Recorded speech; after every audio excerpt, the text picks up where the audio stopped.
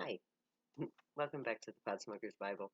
My name is Zion. I'm the author of the Pot Smoker's Bible, which contains the prophetic book of Zion where I get my name and authority. It comes from the Ketuvim, or Old Testament. And today, we are talking the ninth part of the dissertation of the 26th chapter of the Pot Smoker's Bible, which is the 23rd chapter of the book of Zion. And I will begin today with 42:6. And I will bring the blind by a way that they knew not, and I will lead them in paths that they have not known. I will make darkness light for them, and crooked things straight. These things I will do unto them, and not forsake them. Wow. This is a big realized promise. This verse is an example of just how far the Grey have gone to prove themselves by this prophecy. There is even now a commercial on air that is an app for blind people. It guides them in real time, letting them walk around without aid. Their cell phone AI tells them where to go, leading them in paths they knew not. So cool. By vocal cues, the phone makes light of their dark world, mapping out their location. The cell phone makes their crooked things straight, helping them avoid obstacles. So this verse was literally written so that a TV commercial could be used as a testimonial to the Grey. How cool is that? Isaiah 52:13, Zion 23:29. Behold, my servant shall be exalted and extolled, and be very high. I love this one. Kenny will be exalted, and he will be extolled. That means that we will treat him with honor and nobility, because he's earned it. His actions and words will prove his worth, and we will treat him accordingly. We honor those who serve, and Kenny serves. He will also be very high. This says it all clear and simple. Messiah will be very high. He will smoke a lot of pot. He will be high because it's part of his job. He will be very high to be open to the channeling of God. He will be very high indeed. Psalms 21:7, Zion 23:30. For the king trusteth in the Lord, and through the mercy of the Most High he shall not be moved. Through all of these years, and through experiencing firsthand the interactions of the Grey towards both himself and myself, Kenny has been shown that the Grey do have our best interests at heart. He can trust them because they have earned it. Kenny knows that doesn't blindly follow anyone. He knows that the Most High, the Grey God of the earth, is a merciful God, a God that has gone to great lengths to protect the life of the Grey here on earth. Kenny has seen firsthand just how merciful the Grey are. That's why no matter what humans say about the Grey, Kenny will stand his ground. He knows, without a doubt, that the Grey truly do care about humanity, so that the words of the fearful humans will fall on deaf ears. Kenny knows better. He knows the Grey's true intent. Isaiah 45:13, Zion 23:31. I have raised him up in righteousness, and I will direct all his ways.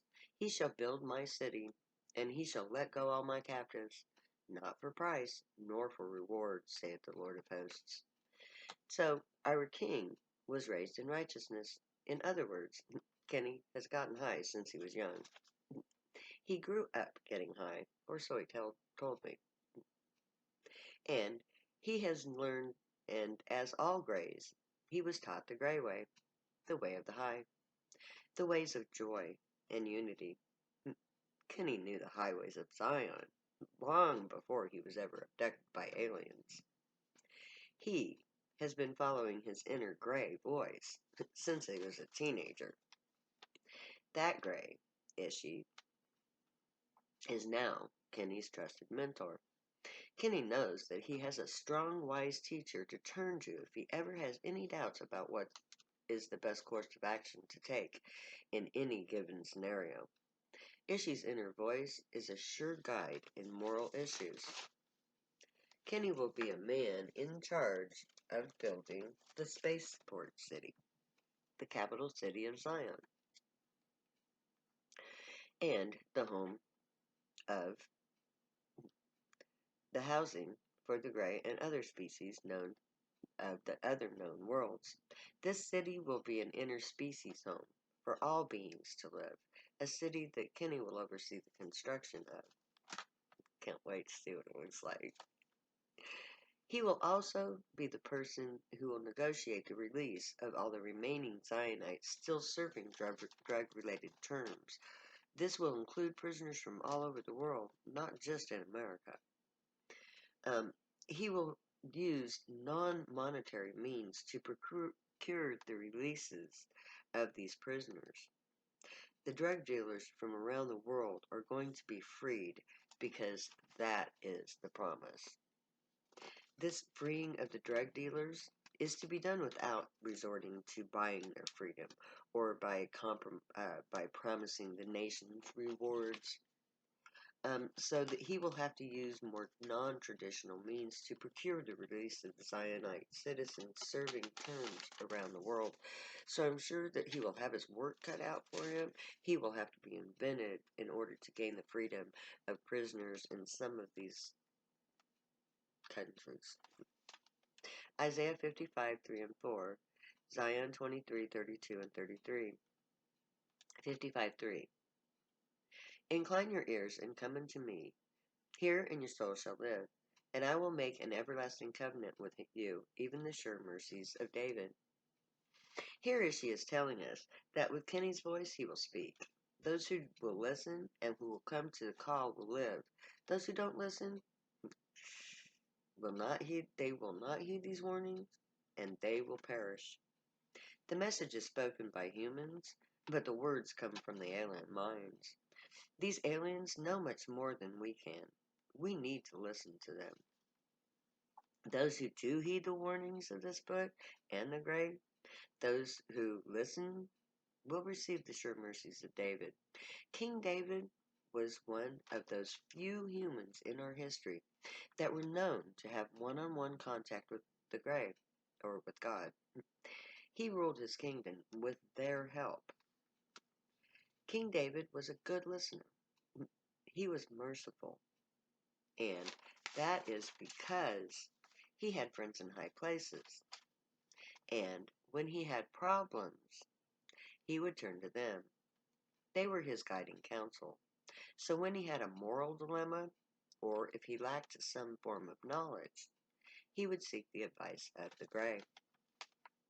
But anyone who knows the story of David knows that his rule was not easy.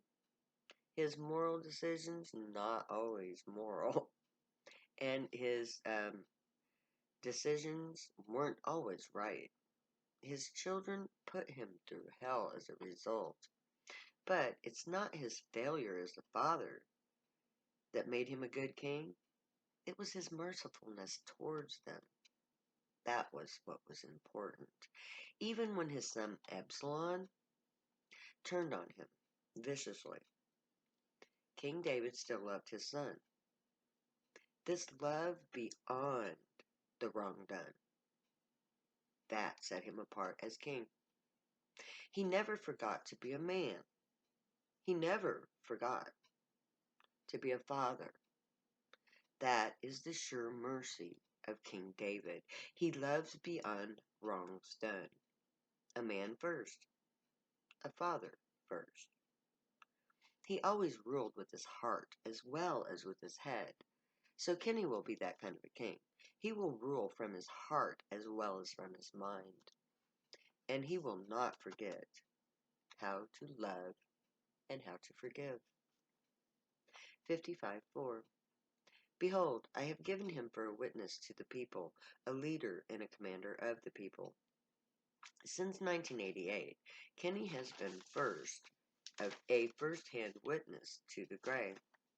They have been visiting him, they have been abducting him, and they have been manipulating his life. in order to teach him to be a good leader. He has been a witness of the Gray. They have worked with him since 1988 at the very least. Now, during all of these years, he has been learning how to become a just and merciful king. He has faced moral dilemmas, and he has failed to make the right choices over and over again. He has watched every wrong choice play out, so that he has learned to make the right decision the hard way through years of trial and error. You ask how I know this? Well, I was the moral choice. It was through his inner dealings with me and the events in my life that played out in his dreams. That was his moral proving ground. The Gray linked our minds together. He was given control over my life. I had been begging to die because he had rejected me, because he was my chosen one of God. That was worse than death, to have to live without him once he had been chosen. So they forced him to deal with me by linking our minds permanently. Once that link was made, Kenny had no choice but to deal with me, the voice in his head, and the wife of his dream time. He dreams my life. It sucks. So, since 1988, Kenny has had to deal with me and my problems. That was a direct result of his rejection of me. I'm sure it sucked for him too.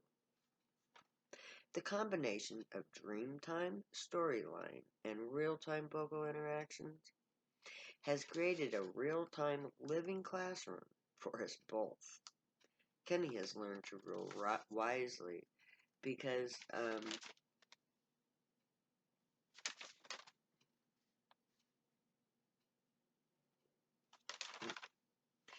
he has been ruling my life since 1988. I've learned to heal myself. He has learned to be a just and merciful ruler. All of the lessons that he has learned has made him a sure commander and a wise leader of the Grey on earth.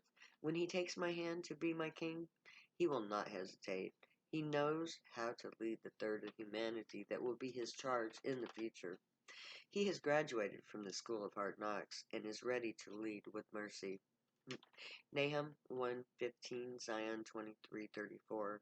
Behold, upon the mountain the feet of him that bringeth good tidings, that publishes peace. O Judea, keep thy solemn feasts, perform thy vows, for the wicked shall no more pass through thee. He is utterly cut off.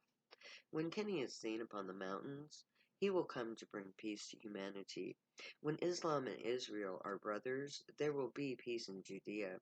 A Muslim and a Jew can be brothers. They have always been brothers, in fact, as witnesses to God of both. Kenny will bring peace to the Middle East. There will be no more wicked to pass through there.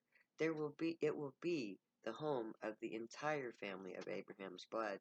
All those who reject the familial ties will be forced out by both sides of the family. So, I'm going to leave off there for this time, and we will see you next time, and go on with where we left off. So until then, may the Grey watch over you, guide you, protect you, and keep you from all harm.